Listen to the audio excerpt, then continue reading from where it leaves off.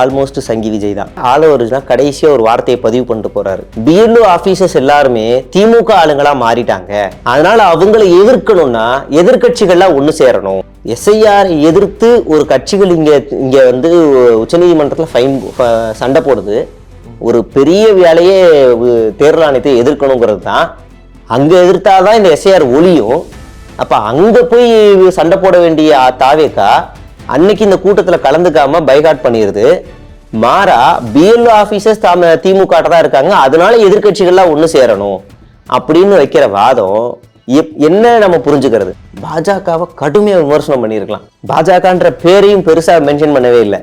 Okay நாங்க எதிர்த்துட்டோம் அப்படின்னு மறுபடியும் போலீஸ் பெர்மிஷன் தரல, அது கிளிக்கல, அது பண்ணல, இது பண்ணல. தாவேக்காவுக்கு மட்டும்தான் ஒரு பரவலான பெரிய சாலையில ஆர்ப்பாட்டத்தை இடம் கொடுக்குறாங்க. எனக்கு பெர்மிஷன் கொடுக்கல, 10 கிலோமீட்டர் நடக்க விட்டாங்க.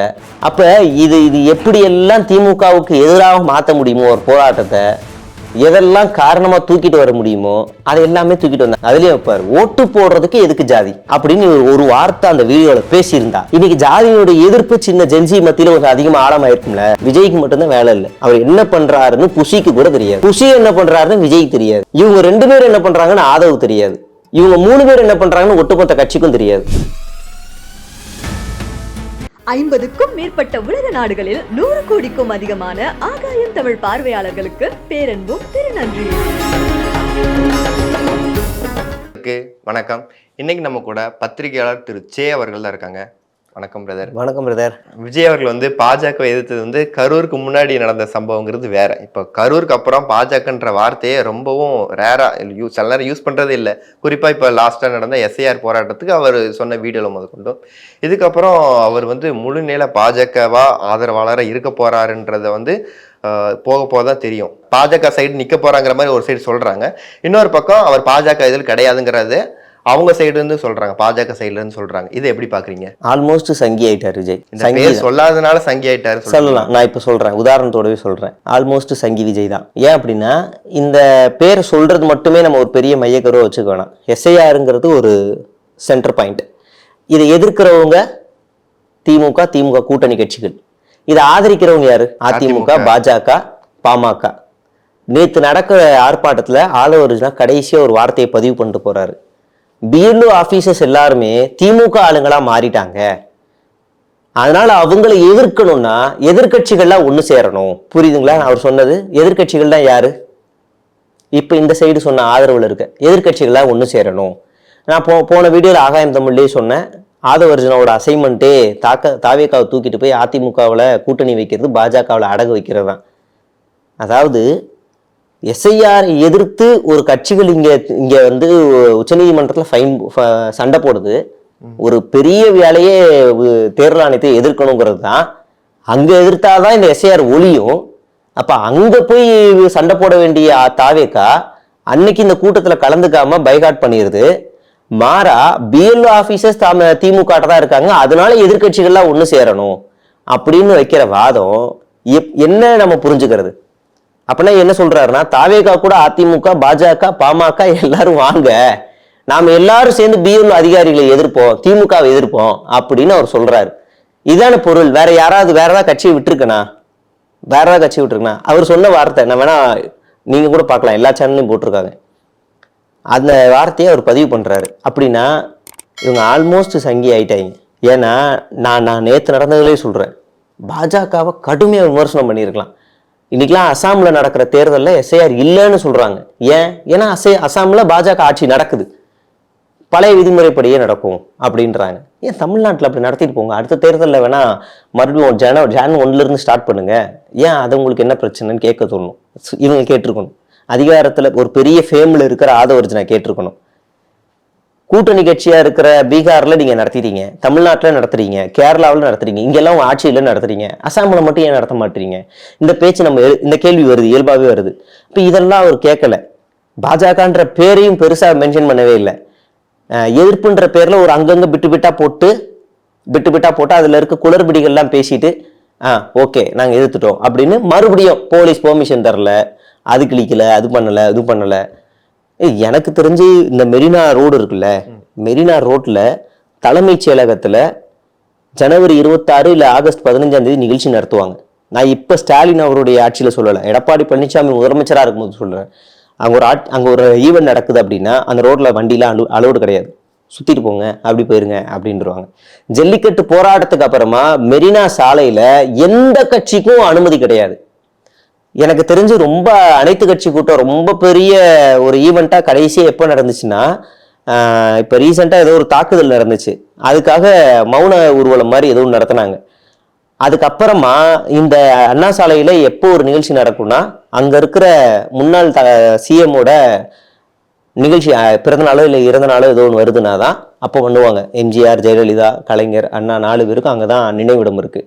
அங்கே ஏதாவது ஒரு நிகழ்ச்சி வருதுன்னா அந்த ரோட்டில் அன்னைக்கு எந்த பேருக்கும் அலௌடு இல்லை. அதுவும் சிஎம் வந்ததுக்கு அப்புறமா அதுக்கப்புறமா அந்த கட்சியோட காரே வந்தால் கூட நிறுத்தி நடந்து போனுவாங்க. இதுதான் நடக்கும். யாரா இருந்தாலும் சரி. இது எடப்பாடி பழனிசாமி முதலமைச்சராக இருக்கும் போதும் அது நடந்துதான், அவங்க மறுக்கவே மாட்டாங்க. அப்ப அப்படியான ரோட்ல ஒரு கட்சிக்கு 2வது முறை போராட்டத்துக்கு அனுமதி கொடுக்குறாங்கன்னா, இப்போ மற்ற கட்சியெல்லாம் கோவப்படணும்ல. மற்ற கட்சிகளை எங்க தரீங்க தெரியுமா? நோகாம இந்த சேப்பாக்கத்தில் இருக்க முட்டு சந்துக்குள்ள கொடுக்குறாங்க. ப்ரெஸ் கிளப் இருக்கிற முட்டு சந்தில் பெர்மிஷன் கொடுப்பாங்க. அதை விட்டா collector office, Saidapet, Rajaratna stadium, இந்த 4 இடம், இன்னும் 2-3 இடம் இருக்கு, அவ்வளோதான். இதெல்லாம் ரொம்ப டொக்கு, அங்கேயே நடத்திட்டு அப்படியே போயிருங்கன்றுவாங்க. தாவேக்காவுக்கு மட்டும்தான் ஒரு பரவலான பெரிய சாலையில ஆர்ப்பாட்டத்தை இடம் கொடுக்குறாங்க. எனக்கு பெர்மிஷன் கொடுக்கல. 10 கிலோமீட்டர் நடக்க விட்டாங்க. 10 கிலோமீட்டர் நடக்க விட்டா நல்லது, நின்று அப்படியே ஊர்வலமா நடந்து வரலாம். இருங்க மொத்தமா போலாம், ஏன்னு கோஷம் போட்டு நடந்து வரலாம். நாங்களாம் இது அல்வா மாதிரி சாப்பிடுவோம். நடந்து வர சொன்னாங்கன்னா எனக்கு ஒண்ணுமே புரியல. அப்ப இது எப்படி எல்லாம் திமுகவுக்கு எதிராக மாற்ற முடியுமோ ஒரு போராட்டத்தை, எதெல்லாம் காரணமா தூக்கிட்டு வர முடியுமோ அதை எல்லாமே தூக்கிட்டு வந்தாங்க. நான் ஒன்று சொல்றேன், எந்த ஒரு கட்சி ஆர்ப்பாட்டம் நடத்தினாலும், பெர்மிஷன் வாங்கிட்டு நடத்தினாலும் முன்னாடி நாளே ஸ்டேஜ் போடுறதுக்கு அனுமதி கிடையாது. காலையில 10 மணிக்கு ஆர்ப்பாட்டம்னா காலையில தான் போடணும். சாயங்காலம் 5 மணிக்கு ஆர்ப்பாட்டம்னா 3 மணிக்கு மேலதான் ஸ்டேஜை போட ஆரம்பிக்கணும். அதுக்கு முன்னாடி போடக்கூடாது. அப்படிதான் பெர்மிஷனே கொடுப்பாங்க. அப்படிதான் இவங்களுக்கு கொடுத்தாங்க. கேட்டா ஸ்டேஜ் போடக்கூடாதுன்னு கத்துறாங்க. அப்ப என்னென்ன காரணங்களை திமுகவுக்கு எதிராக திருப்ப முடியுமோ அதை மட்டும் திருப்புறது. ஆனா மெயின் அஜெண்டா என்ன? எஸ்ஐஆரை எதிர்க்கணும் அப்படிங்கிற அந்த பாயிண்ட்டுக்குள்ளேயே அவங்க பெருசா போகல. பேசணும், நிறைய பேசலாம். இப்போ பாஸ்போர்ட்லாம் கொண்டு 11 ஃபார்ம் வேணுங்கிறாங்க. உங்க பேர் இல்லைன்னா அதுல ஜாதி சான்றிதழ் இருக்கு. இன்னைக்கெல்லாம் அவங்களாம் இதெல்லாம் விஜய் பேசியிருந்தான்னு வைங்களேன், செம்ம பாயிண்ட்.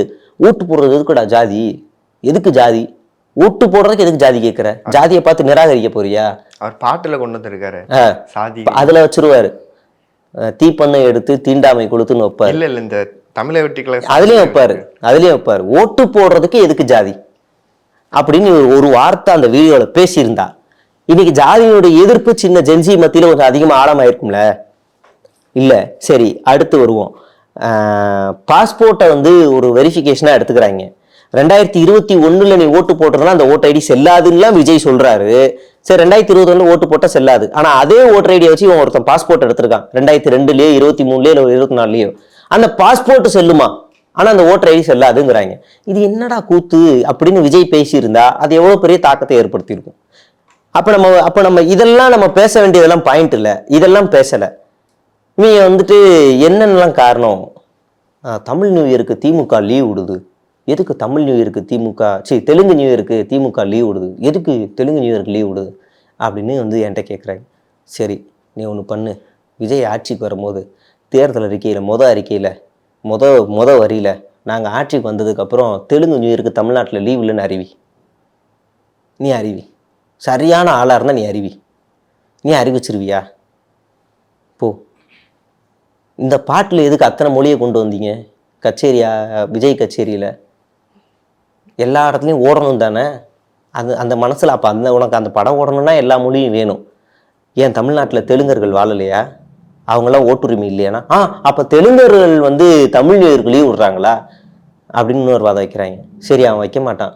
அவன் இது தெலுங்கு வெறியராகவே இருந்து போகிறான். நீ தமிழ் வெறியராக வந்துரு. நீ ஆட்சிக்கு வந்தோடனே தெலுங்கு நியூ இயருக்கு லீவ் இல்லைன்னு அறிவிச்சிரு. நீ சரியான ஆள் தானே? உங்கள் தலைவர் அறிவிச்சுன்னா பாயிண்ட் பேசுறதுக்கு இல்லை. அப்போ எதெல்லாம் எதிர்க்கணும்? திமுகவை கண்டமேனிக்கு எதிர்க்கணும். ஒரு வேலிடான ரீசனுக்கு எதிர்க்கூடாது. சும்மா எதிர்ப்போம். ஏதாவது ஒன்று சொல்லிட்டா மறுபடியும் பழைய பஞ்சாங்கத்தை எல்லாத்தையும் தூக்கிட்டு வர்றான். நீங்கள் அன்னைக்கு இது பண்ணீங்க, இது பண்ணீங்க, இது பண்ணீங்க, திரும்ப அதே பாயிண்ட் எல்லாம் வரும். இப்போ இவங்களோட மெயின் அஜெண்டா என்னன்னா திமுக எதிர்ப்பை வச்சு இங்கே ஆட்சியை பிடிக்க முடியுமான்னு ஒரு ரிசர்ச் பண்ணுறாங்க, அவ்வளோதான். பாஜக தாவேக்கா வச்சு ஒரு ரிசர்ச் பண்ணுது. அதனால நீங்கள் தாவேக்கா வந்து இன்னைக்கு திமுக எதிர்ப்பை மட்டுமே பேசிக்கிட்டு இருக்காங்க. இல்லை, இவங்க எல்லா இடத்துலையும் திமுக எதிர்க்கிறதா முக்கியமான விஷயம் ஒரு பக்கம் சொல்லிக்கிட்டு இருந்தாலும் அவங்க சைட்ல இருந்து ஒரு வார்த்தை கூட அப்பப்போ பேசுறது ரொம்ப ரேரா இருக்குது திமுக சைட்ல இருந்து. திமுக சைட்ல இருந்து ஆமா, இல்ல இவங்க எதிர்பார்க்கறாங்களா இல்ல அவங்க நம்மள பேசணும் அப்படின்றதுக்காக? இப்போ நீங்க வீட்டுக்கு எதிர்க்க வந்து ஒரு சின்ன பையன் இருக்கான், ஒரு 2 வயசு பையன் இருக்கான்னு வச்சுக்கோங்களேன். நீங்க தினமும் வேலைக்கு போகும்போதும் நைட்டு வரும்போதும் உங்களை பார்த்து டேய் டேய் இங்க வாடா டேய் டேய்ன்னு கூப்பிடுறான். நீங்க என்ன பண்ணுவீங்க? அவனை பார்த்து சரிசமா போய் சண்டை போடுவீங்களா? ஒரு பாரம்பரியமான கட்சி எத்தனை நடிகர்களை பார்த்துருக்கு, எத்தனை ஆட்சி மாற்றத்தை பார்த்துருக்கு, எவ்வளோ பெரிய போராட்டங்களை பார்த்துருக்கு. அப்படின்னும் போது அப்படின்னு போயிடுவாங்க. எதுக்கு பதில் சொல்லணுமோ அது பதில் சொல்லுவாங்க. சில தற்குறித்தனமான ஸ்டேட்மெண்ட் வரும். அறிவு திருவிழாவா அவதூறு திருவிழாவா, பரண மேலே இருக்க ஓலைச்சோடி எடுத்துகிட்டு வந்து இது நடத்துறீங்கன்னு சொல்லுவாங்க. அதுக்கெல்லாம் அடிக்குது இல்லை. அறிவு இல்லாதவங்களுக்கு தான் அறிவு பற்றி தெரியாது, அதனால தான் அவதூறு திருவிழாவுன்னு பேசுகிறாங்கன்னு அடிப்பாங்க. எல்லாருமே அடிக்கிறாங்க, நான் கொண்டு அடித்தேன். அடுத்து பரண் மேலே இருக்க ஓலைச்சோடிங்கிறார். பரண் மேலே இருக்க ஓலைச்சோடினா அவ்வளோ கேவலமாக போயிடுச்சா ஓலைச்சோடிகள்லாம்? பரண் மேலே இருக்க பழைய ஓலைச்சோடிகள்னு சொல்கிறீங்களே, உங்களுக்கு என்ன அவ்வளோ மட்டமாக போயிடுச்சா என்ன? ஓலைச்சோடிகளை வச்சு இன்னைக்கு எத்தனை ரிசர்ச் ஸ்காலர்ஸ் அவங்களுடைய தீசஸை சப்மிட் பண்ணுறாங்க. அது எவ்வளோ பெரிய வரலாற்று ஆய்வுக்கு பயன்படுத்துகிறாங்க. இன்னைக்கு அகழ்வார கீழடியில் எவ்வளோ விஷயங்களை தோண்டி எடுக்கிறாங்க. எல்லாத்தையுமே கொச்சப்படுத்துகிற மாதிரி இருக்குல்ல. ஏதாவது ஒரு ஓலைச்சோடி கிடச்சிராதான்னு தேடிக்கிட்டு இருக்கிறாங்கல்ல, அது ஈஸியாக சொல்கிறீங்கன்னா அப்போ அதுக்கெல்லாம் கவுண்டர் பாயிண்ட் வருது. தேவையில்லாமல் போலீஸ் பர்மிஷன் தரலங்கிறதுக்கெல்லாம் இங்கேருந்து பதில் வராது.